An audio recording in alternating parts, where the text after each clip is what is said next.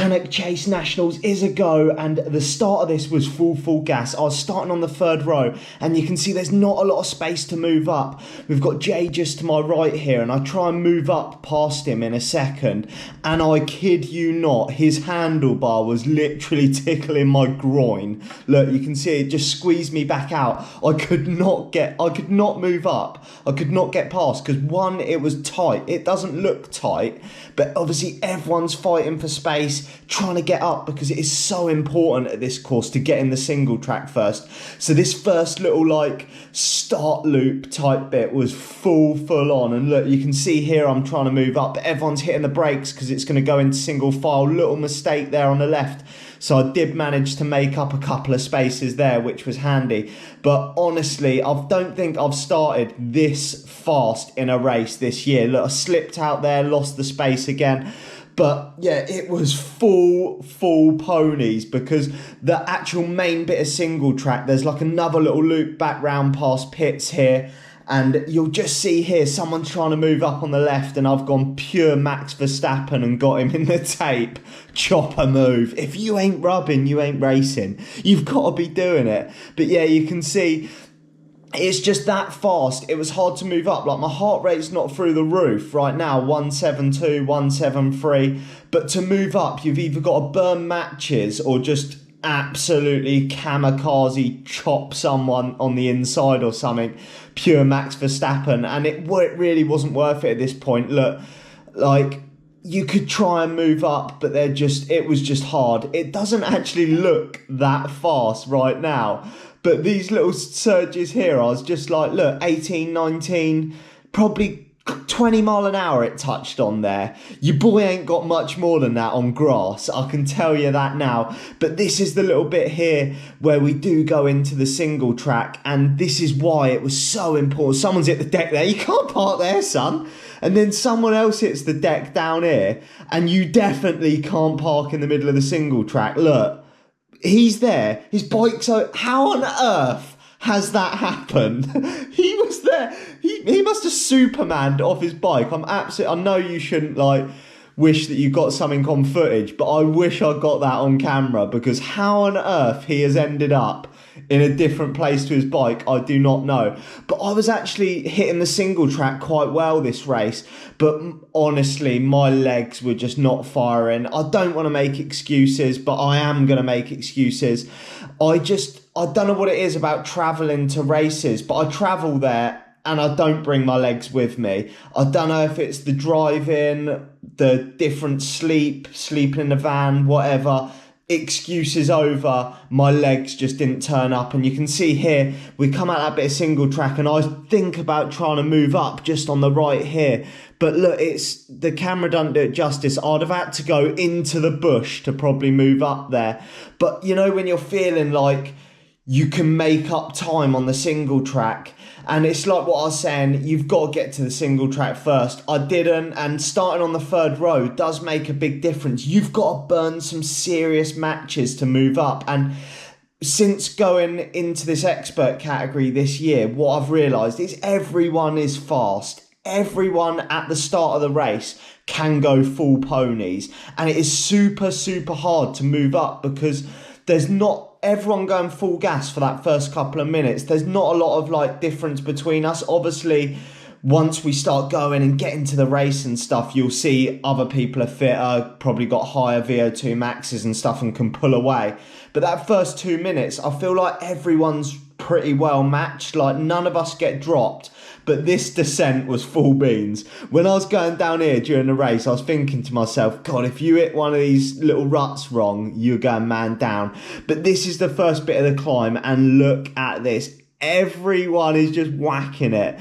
You got Ash on the left whacking it. You got Alex for Victoria whacking it. Everyone was just going absolutely full send. So the heart rate, look, is like ting, ting, ting. It was at like the 150s, and you're just trying to move up. And the problem with this climb was, in a second, you can see all of that right-hand side is loose. So you had to stay to the left just here. So you couldn't move up. So it's like single file up here. You probably could move up, but it was whether you were going to get the grip on that right-hand side. So it wasn't really worth it. And I think it just got a little bit bottlenecked at the top, and you can see there it slows down and you have to adjust your rhythm, and little things like that just cost you time here and there that at this level you just cannot afford to do.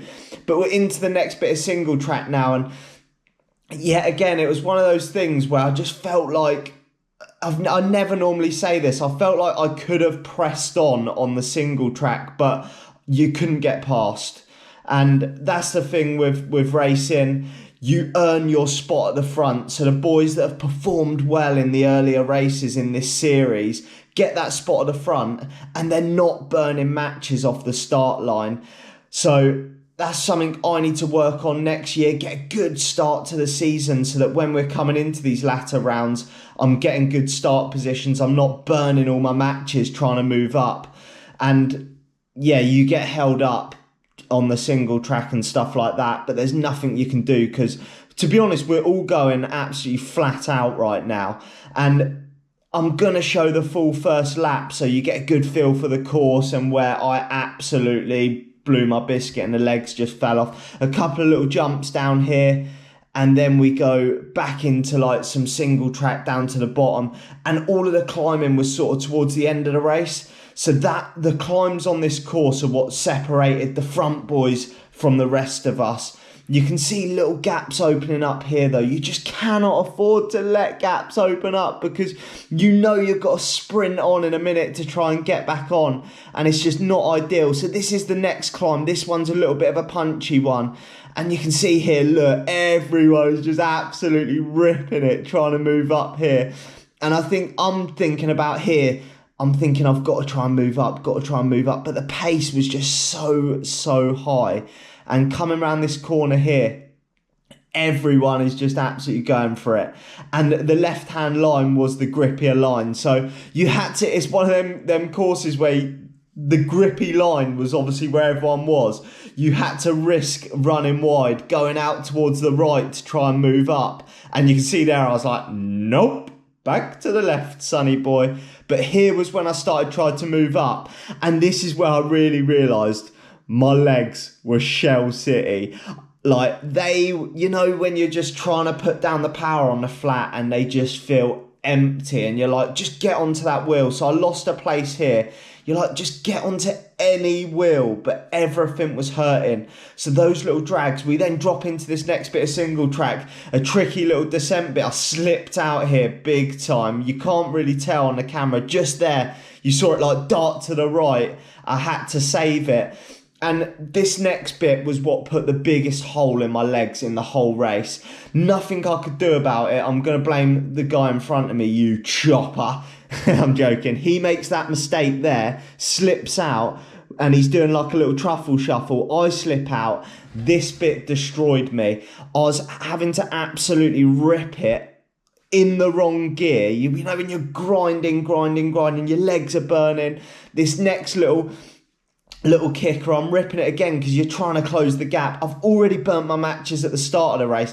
I'm now burning more matches because of a little mistake that wasn't my fault, but that's just racing. That happens. And when we came over the top here, this was it. It was signed, sealed, delivered. I was like, this is race over for me. I was thinking to myself, can I recover? I don't think so. My legs were hurting, my lungs were hurting, my legs were just non-existent.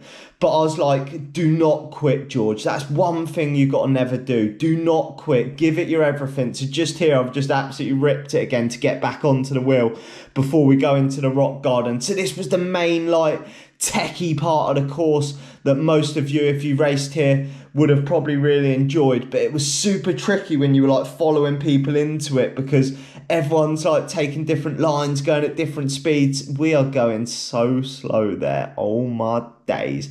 But yeah, so that was the main like techie element of the course, the rock garden. Honestly, during the race, I felt like I was absolutely tanking it down there. I watched the footage back after. I was like, you absolute granddad. And then into the next little bit of single track, you'll see here, the rider 3 in front of us in the green really lets the wheel go on the single track. And I jostled with him later in the race quite a bit. And one thing I noticed, he was absolutely tearing my legs off on the climbs, but on the single track he just didn't have the speed, and watching this back makes me realise just how important the single track is, because that group that we're with are just miles ahead now. And when the boys start to absolutely ping it up this climb, I remember going past my dad in pits and just shaking my head like, this is it, Del boy. Your boy has got nothing. I'm thinking, go with it, go with it. And we've got Tom in front of me here. He goes with it. And I just think to myself, I can't. My legs were empty. You can see Del Boy's not even actually, it wasn't this lap I shook my head. Del Boy wasn't even paying attention. He was fixing someone else's bike. You can't help the man. He's not even paying attention if I've got a mechanical. But yeah, going up here was absolutely savage. Like, I'm trying to go with it. I'm doing absolutely everything I can to just hold the wheel. But sometimes you're the hammer and sometimes you're the nail, and I was the nail today. And you know when you can just see that gap starting to go and there's absolutely nothing you can do. It is the worst feeling as well on lap one, because in your head you feel like you should be further up, you should be battling like higher up places based on some of the performances you've had, and you're just watching the race go away. It is a horrible feeling. And the worst thing is, like, a lot of people were there cheering me on, supporting me. Like, Jay goes past me here, tried to jump on this, absolutely no chance. Yeah, people were cheering me on. There's a couple of little kids there cheering me on, and people had come to watch the race that have watched the YouTube channel. So in my head, I'm just like thinking to myself, oh no, like, just make it hurt. But there was absolutely nothing I could do. The legs had zero ponies, zero power, and I was just, every man and his dog was going past me on the climbs. I didn't have it.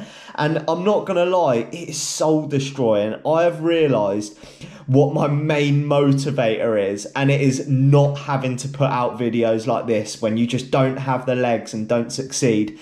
Like, it's epic when I get to make these videos and I'm like winning a Southern XC race and stuff like that. But when you come into nationals, getting your backside absolutely handed to you, you're just like, oh God, it is horrible having to put out these videos. But you can't just put out the good. It's not always sunshine and almond croissants, but I'm just doing everything I can to stay with the boys here. Through the single track, I'm having absolute nightmares. Look, heart rate's at 180, and I think I maxed out at like 184 in this. And this next climb is just where it was curtains for me. I'm not going to lie. I'll show you the next climb. It's horrible to watch this. You can't watch it, Georgie boy. Goodbye, race. Race is well and truly over at the 13-minute mark, just here. Everyone starts to whack it. I'm like, just jump on the wheel. Go with it, George. Come on, dig in. And you can see how strung out it is up there, but I think I'm sitting in probably like 15th, 16th place now. And yeah, that was it. They just pulled away from me and I didn't have the legs. It was a horrible, horrible experience. Like, you live and learn though that I need to find a way that I've noticed when I go to Southern XCs, even if I have had a tough week of training, for some reason I can still put in a performance. Lost another spot there. Look, every man and his dog is going past me right now and I am pedaling squares. Absolutely nothing. Yeah, I just can't seem to find the legs when I travel to these races. So I need to work out. If anyone's got any tips, do let me know. I'm going to be having the Rocket driving the van to national champs. Because look, I can't even get on the wheel on a little flat section here through the start finish. But I've left this in. So that was the full lap. And that is basically the end of my race, to be honest, because it is an absolutely appalling display from here. But I'm going to leave this next little clip in because there was two absolute little legends that had made a sign for me and were cheering me on as I was going round, and honestly they were keeping me going. It was just here.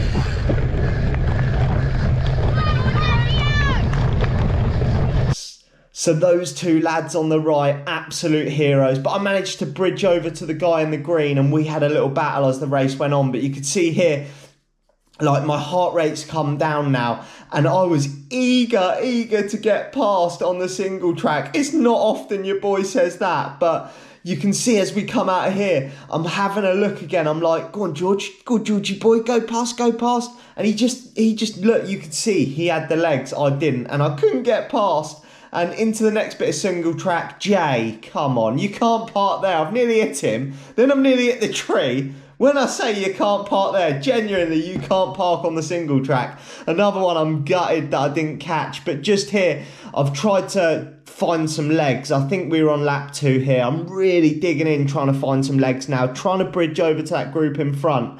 I got fairly close, and then just the wheels absolutely fell off again. And that is the story of the race. Towards the back end, it was just a matter of survival for me. You win some, you lose some, and this was a big L for me. It wasn't the performance I was hoping for. I came into this week feeling really good, and I thought I was going to perform well. I didn't. I came over the line. I think it was in 16th place. Not my best result, but a lot learned, and hopefully I can get some good form going into national champs in a couple of weeks' time.